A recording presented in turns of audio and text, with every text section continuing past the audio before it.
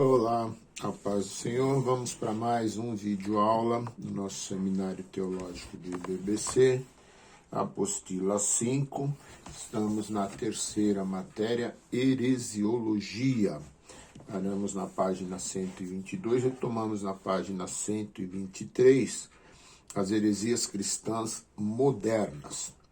Em um país como o Brasil, onde predomina a cultura da anticultura associada ao vertiginoso crescimento do número de cristãos evangélicos, é assustadora a quantidade de heresias que estão surgindo todos os dias. Algumas são meras repetições de criações evangélicas de diferentes países, mas outras são frutos da criatividade nacional. Continuaremos tomando devido cuidado para que as pessoas ou denominações não sejam ofendidas, mas apenas apontando os erros que estão sendo cometidos em nome de Deus. Mencionaremos algumas heresias modernas. Começamos com a nova unção. Nas últimas décadas surgiu no cenário religioso, sobretudo pentecostal, algumas teorias de experiências pentecostais que atribuem ao Espírito Santo ações especiais como nunca visto anteriormente. Entre essas novidades está a nova unção. Trata-se de um ensino sem fundamentação bíblica que estimula os crentes a buscar uma experiência espiritual onde o Espírito Santo levaria o indivíduo a um processo transformador com unções especiais. Chamam de nova unção porque os experimentos resultam em fenômenos nunca vistos anteriormente, ou pelo menos sem nenhum registro na Bíblia. Tais como queda, subida, comportamento, imitação de leão, lagartixa, porque tentam subir nas paredes, aviões sapateados de tesoureiros espanhóis e etc. Não existe base bíblica em lugar nenhum do Velho ou Novo Testamento. Encontramos qualquer texto que afirme haver velhas ou novas unções em contexto espiritual, tampouco que em algum cristão primitivo tenha passado por uma experiência espiritual que pudesse ser considerado como uma nova unção. Teologia da prosperidade.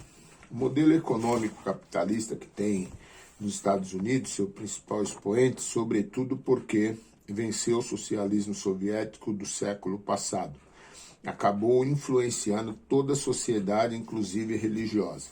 Diferente dos cristãos primitivos, pastoreados por Tiago, que tiveram, na ausência de recursos financeiros, o seu aliado, os cristãos modernos, no compasso da economia mundial, prezam e buscam freneticamente o acúmulo de bens. O fato é que a sociedade moderna valoriza as pessoas pelo que elas possuem e não pelo que elas têm.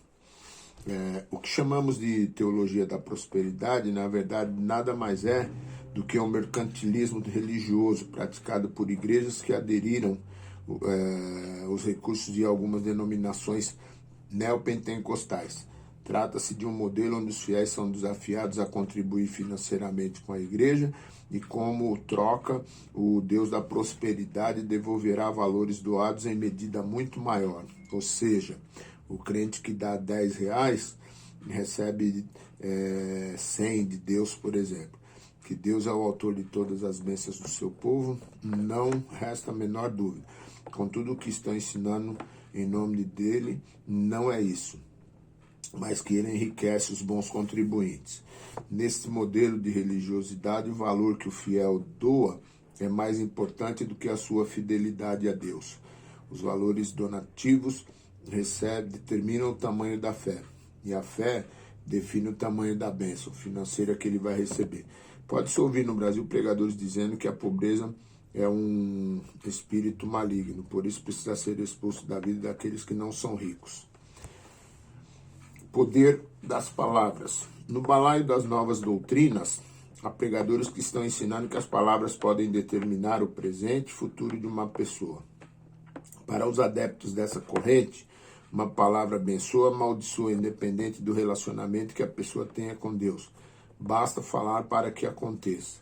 Nessa doutrina tem religiões milenares do Oriente, como o hinduísmo, o budismo e o confucionismo, seu berço. No Brasil, os adeptos da Seishnoye são representantes desse ensino. Tudo se resume em pensamento positivo, seguido de palavras positivas, para que as coisas boas aconteçam. Ocorre que se palavras positivas também servem para combater o mal, portanto, por exemplo, um pai frustrado com o comportamento do filho, somente precisa proferir palavras boas em nome de Jesus para que o filho mude de comportamento. Daí, ter um monte de evangélicos tomando posse das coisas a partir das palavras ungidas e cheios de autoridade. Certamente, os que acreditam nessa teoria não pensaram que se de fato a pessoa pode determinar o futuro de outra apenas falando, elas deixariam de ser humanas para se transformarem em Deus. Caso isso fosse verdade, os cristãos determinariam o fim dos conflitos e pecados e como em um passo de mágica iria mudar tudo para o bem. Entretanto, não podemos esquecer que existem pessoas dotadas de uma capacidade maligna para fazer o mal. Consecutivamente, elas poderiam desejar que seus inimigos, inclusive os crentes, fossem aniquilados e apenas com palavras conseguiriam tornar seus desejos realidade. Não podemos ignorar que as palavras de fato exercem poder sobre as pessoas, mas no aspecto emocional e não espiritual, como algumas igrejas ensinam por aí.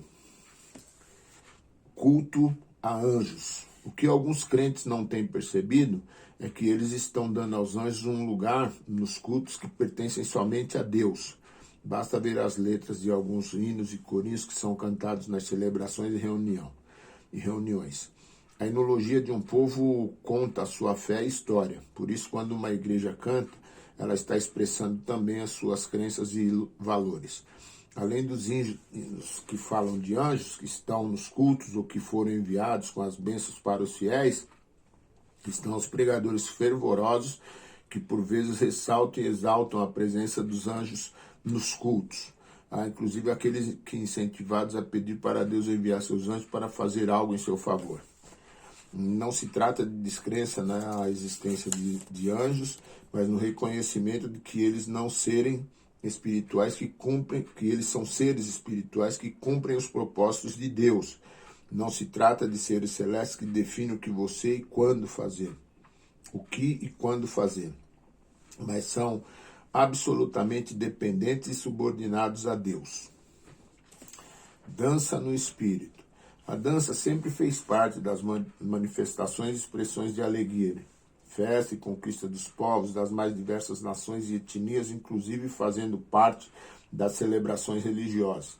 Nas narrativas bíblicas encontramos vários personagens, sobretudo no Velho Testamento, dançando como forma de culto ou celebração a Deus. Entre os evangélicos brasileiros, por muito tempo, a dança era uma forma de manifestação proibida, pois havia uma associação dela com o mundo de pecado. Dos anos 80 para cá, esse conceito está mudando. Entretanto, entre alguns grupos pentecostais que não aprovam a dança como arte litúrgica, surgiu um movimento que defende a teoria de que há uma unção onde as pessoas saem dançando. Para os praticantes e estimuladores dessa forma de culto, na tentativa de legitimar as práticas, afirma que se trata de dança no espírito. É isso mesmo, espírito com E maiúsculo mesmo, porque eles alegam que se trata de uma unção espiritual que é dada para algumas pessoas saírem dançando nos cultos. Essa é mais uma daquelas doutrinas heréticas que está sendo cultivada entre os evangélicos brasileiros e por desconhecimento proposital o número de adeptos está crescendo. Onde está o problema? Não haveria nenhum problema se essas formas de manifestações, lista do ponto de vista bíblico e cultural, não fossem atribuídas ao Espírito Santo, tratando como um dom.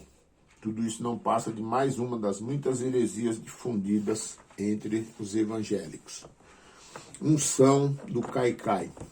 Seguindo a avalanche de heresias, há uma que já está presente em algumas igrejas evangélicas brasileiras há umas 2 décadas, pelo menos. Trata-se de uma manifestação dita espiritual, onde as pessoas que são sopradas ou tocadas por determinados pregadores ungidos não conseguem exercer controle sobre seus corpos e caem. Esse fenômeno ficou conhecido popularmente como a unção do caicai. Como outras heresias, esta também não tem fundamentação bíblica, mas são ensinos baseados na experiência. Quem caiu afirma que simplesmente perdeu o controle sobre as pernas e ficou extasiado sem conseguir reagir. Por não ser bíblico, mais uma invenção humana dessa geração de supercrentes e super pregadores, ficam margens para as mais diversas interpretações. Entre as possibilidades que há de definir o que acontece com os crentes que caem com sopros ou toques de mãos, estão os seguintes. Trata-se de parapsicologia, ou seja, técnicas empregadas por pessoas para exercer domínio sobre o corpo. Hipnotismo, o uso de técnicas de hipnose para controlar a mente das pessoas. Uma coisa é certa, as pessoas que caem estão predispostas a isso e, por não ser algo de Deus, depois da queda muda. E os crentes carnais continuam carnais, apenas tiveram a experiência de cair no espírito. Conclusão.